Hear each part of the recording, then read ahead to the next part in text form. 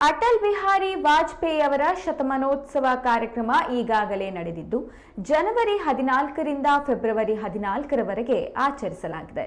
February 14ರಿಂದ March 14ರವರೆಗೆ Virasat ಎಂಬ ಹೆಸರಿನ ಅಡಿ ಬೇರೆ ಕಾರ್ಯಕ್ರಮ ನಡೆಸಲಾಗುತ್ತಿದೆ ಎಂದು ಬಿಜೆಪಿ ಮಹಿಳಾ ಮೋರ್ಚಾದ ರಾಜ್ಯ ಪ್ರಧಾನ ಕಾರ್ಯದರ್ಶಿ ಲಕ್ಷ್ಮೀ ಅಶ್ವಿನ್ ಗೌಡ ಸುದ್ದಿಗೋಷ್ಠಿಯಲ್ಲಿ ತಿಳಿಸಿದರು. ಸುದ್ದಿಗೋಷ್ಠಿಯಲ್ಲಿ ಮಾತನಾಡಿದ ಅವರು, ಅತಿದೊಡ್ಡ ಆರ್ಥಿಕ ವ್ಯವಸ್ಥೆ, ಬಲಿಷ್ಠ ಭಾರತವಾಗಿ ನಮ್ಮ ದೇಶ ಬೆಳೆದಿದೆ. ಅಟಲ್ ಜಿ ಅವರ ವಿಡಿಯೋ, ಫೋಟೋ ತುಣುಕನ್ನ ಇಟ್ಟುಕೊಂಡವರು, ಕವನ ಬರೆದವರು, ಪತ್ರ ಬರೆದವರ ಮನೆಗೆ ನಾವುಗಳು ಭೇಟಿ ನೀಡಿ ಅವರನ್ನ ಸನ್ಮಾನಿಸಲಾಗುವುದು ಎಂದರು. ಮೊದಲನೇದಾಗಿ ಅಟಲ್ ಬಿಹಾರಿ ವಾಜಪೇಯಿ ಅವರು ಗೊತ್ತಿಲ್ಲದೆ ಇರುವಂತಹ ವ್ಯಕ್ತಿ ನಮ್ಮ ದೇಶದಲ್ಲಿ ಯಾರೂ ಇಲ್ಲ ಅಂತ ನಾನು ಭಾವಿಸ್ತೇನೆ. ಯಾಕಂತಂದ್ರೆ ಈ ದೇಶ ಕಂಡಂತಹ ಅತ್ಯುತ್ತಮ ಕವಿಹೃದಯಿ, ಕವಿ ಸಹೃದಯಿ, ಅತ್ಯಂತಹ ವಾಕ್ಚತುರರು ಹಾಗೂ ಉತ್ತಮ ಸಂಸದೀಯ ಪಟುಗಳು ಹಾಗೂ ಈ ದೇಶ ಕಂಡಂತಹ ಅತ್ಯುನ್ನತ ಪ್ರಧಾನಿಗಳು, ಅಂದ್ರೆ ನಮ್ಮ ದೇಶವನ್ನ ತನ್ನದೇ ಆದಂತಹ ಒಂದು ಇದರಲ್ಲಿ ದೃಷ್ಟಿಯಲ್ಲಿ ಒಂದು ಎತ್ತರಕ್ಕೆ ತೆಗೆದುಕೊಂಡು ಹೋಗ್ಬೇಕು, ಆಂತರಿಕವಾಗಿ ಬಾಹ್ಯವಾಗಿ ಈ ದೇಶವನ್ನ ಆರ್ಥಿಕವಾಗಿ ಮುನ್ನಡೆಸಬೇಕು ಅನ್ನೋದು ಒಂದು ಹೆಬ್ಬರಿಕೆ ಆಗಿತ್ತು. ಮೊದಲನೆಯ ನಾನ್ ಕಾಂಗ್ರೆಸ್ ಪ್ರೈಮ್ ಮಿನಿಸ್ಟರ್ ಅನ್ನುವಂತಹ ಒಂದು ಹೆಗ್ಗಳಿಕೆಗೆ ಪಾತ್ರರಾಗಿದ್ರು. ಸೊ ಅವರು ನಮ್ಮ ದೇಶವನ್ನ ಸುಭದ್ರವಾಗಿ ಇಟ್ಟು ಹೋಗಿದ್ದಾರೆ. ಸೊ ಅದನ್ನ ಇವಾಗ ನಮ್ಮ ಶ್ರೀ ನರೇಂದ್ರ ಮೋದಿ ಅವರು ನಡೆಸ್ಕೊಂಡು ಹೋಗ್ತಾ ಇರೋದು ಎಲ್ಲರಿಗೂ ತಿಳಿದಿರುವಂತಹ ವಿಚಾರ. ನಮ್ಮ ದೇಶ ಈಗಾಗಲೇ 5ನೇ ಅತಿ ದೊಡ್ಡ ಆರ್ಥಿಕ ವ್ಯವಸ್ಥೆ ಆಗಿದೆ. ಆಂತರಿಕ ಭದ್ರತೆಯ ವಿಚಾರಕ್ಕೆ ಬಂತು ಅಂದ್ರೆ ನಮ್ಮ ದೇಶ ಇಡೀ ವಿಶ್ವದಲ್ಲೇ ನಂಬರ್ 1 ಜಾಗದಲ್ಲಿದೆ. ಮತ್ತೆ ವಿದೇಶಾಂಗ ನೀತಿಯು ಕೂಡ ನಮ್ಮ ಭಾರತ ದೇಶವನ್ನ ವಿಶ್ವಗುರುವನ್ನಾಗಿಸಿದೆ. ಇದನ್ನೆಲ್ಲ ನಾನು ಯಾಕೆ ಹೇಳ್ತಾ ಇದ್ದೀನಿ ಅಂತಂದ್ರೆ ನಮ್ಮ ಬಿಜೆಪಿ ಪಕ್ಷದ ಸಾಧನೆಗಳು. ಇದನ್ನ ಹೆಚ್ಚು ಹೇಳೋದಕ್ಕಿಲ್ಲ, ಮುಂದೆ ನಾನು ನೇರವಾಗಿ ವಿಚಾರಕ್ಕೆ ಬರ್ತೇನೆ.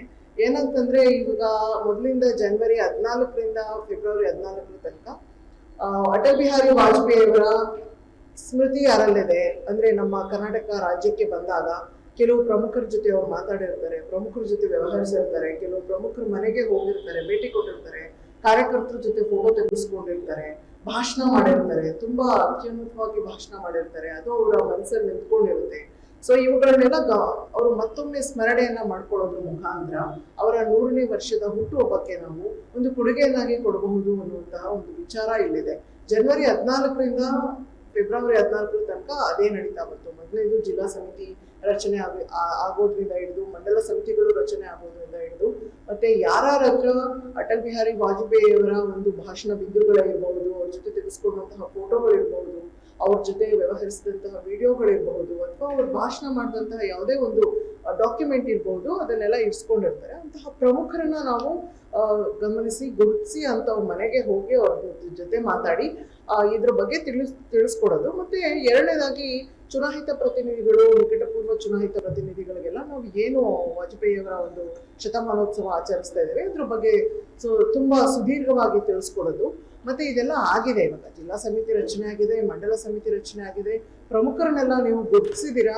ಮತ್ತೆ ಎಲ್ಲದಕ್ಕಿಂತ ಹೆಚ್ಚಾಗಿ ವಾಜಪೇಯಿ ಅವರು ಶಿವಮೊಗ್ಗ ಜಿಲ್ಲೆಗೆ ಅತಿ ಹೆಚ್ಚು ಬಂದಿದ್ರು ಅನ್ನೋದು ನಾವು ತಿಳಿದುಕೊಳ್ಬೇಕಾಗಿರುವಂತಹ ವಿಚಾರ. ಶಿವಮೊಗ್ಗ ಜಿಲ್ಲೆಗೆ ಅವರು ಅತಿ ಹೆಚ್ಚು ಬಂದಿದ್ರಿಂದ ಇಲ್ಲಿ ಹೆಚ್ಚಿನ ಪ್ರಮುಖರನ್ನ ಭೇಟಿ ಮಾಡಿರ್ತಾರೆ.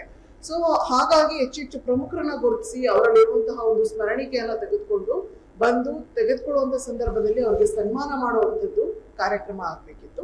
ಇದಾಗಿದೆ, ತುಂಬಾ ಅತ್ಯಂತ ಯಶಸ್ವಿಯಾಗಿ ನಡೆಸಿದ್ದೀರಾ. ಒಂದು ಪತ್ರಿಕಾಗೋಷ್ಠಿ ಆಗ್ಬೇಕಿತ್ತು, ಅದು ಇವತ್ತು ಆಗ್ತಾ ಇದೆ. ಮತ್ತೆ ಆ ಪ್ರಮುಖರ ಭೇಟಿಗೆ ಇಂದಿನಿಂದ ನೀವು ಚಾಲನೆಯನ್ನ ಕೊಡ್ತಾ ಇದ್ದೀರಾ. ಮತ್ತೆ ಇವಾಗಲೇ 50ಕ್ಕೂ ಹೆಚ್ಚು ಪ್ರಮುಖರನ್ನ ಗುರುತಿಸಿದ್ದೀರಾ. ಸೊ ಇವತ್ತು ಇನ್ನೂ ಹೆಚ್ಚು ಪ್ರಮುಖರನ್ನ ಯಾರ್ಯಾರು ಅವರ ಒಂದು ಒಡನಾಟದಲ್ಲಿ ಇರೋರನ್ನೆಲ್ಲ ಹೆಕ್ಕಿ ತೆಗೆಯೋದ್ರ ಮುಖಾಂತರ ಅವ್ರಿಗೂ ಗೌರವ ಸಲ್ಲಿಸೋದ್ರ ಮುಖಾಂತರ ವಾಜಪೇಯಿ ಅವರಿಗೂ ಗೌರವ ಸಲ್ಲಿಸುವಂತಹ ಕೆಲಸ ಆಗ್ತಾ ಇದೆ. ಇದು ತುಂಬಾ ಶ್ಲಾಘನೀಯ. ಶಿವಮೊಗ್ಗ ಜಿಲ್ಲೆಯಲ್ಲಿ ತುಂಬಾ ಚೆನ್ನಾಗಿ ಆಗ್ತಾ ಇದೆ. ಎರಡನೇದು ಫೆಬ್ರವರಿ 14ರಿಂದ ಮಾರ್ಚ್ 14 ತನಕ ಏನೇನು ಕಾರ್ಯಕ್ರಮಗಳಾಗಬೇಕು ಅಂತ ಈಗಾಗಲೇ ಏನೇನು ಸ್ಮರಣಿಕೆಗಳನ್ನ ತೆಗೆದುಕೊಂಡಿರ್ತೀರಾ ಅದನ್ನ ಜಿಲ್ಲಾ ಮಟ್ಟದಲ್ಲಿ ತಂದು ಒಂದು ಪ್ರದರ್ಶನವನ್ನ ಮಾಡಬೇಕು. ಪ್ರದರ್ಶನವನ್ನ ಮಾಡೋದ್ರ ಮುಖಾಂತರ ಅದನ್ನ ಎಲ್ಲರಿಗೂ ತೋರಿಸಿ ಮತ್ತೆ ಮಹಿಳೆಯರು, ಮಕ್ಕಳು, ಜನಸಾಮಾನ್ಯರು ಎಲ್ಲರಿಗೂ ಅದು ಅರ್ಥ ಆಗುವ ಮಾಡಬೇಕು ಅನ್ನೋದೊಂದಾಗಿತ್ತು. ಸೊ ವಿರಾಸತ್ ಸಮ್ಮೇಳನವನ್ನ ಜಿಲ್ಲಾ ಮಟ್ಟದಲ್ಲಿ ಏರ್ಪಡಿಸಬೇಕು. ಅಂದ್ರೆ ಅಟಲ್ ಬಿಹಾರಿ ವಾಜಪೇಯಿ ಇದೀಗ ಕೊನೆಯ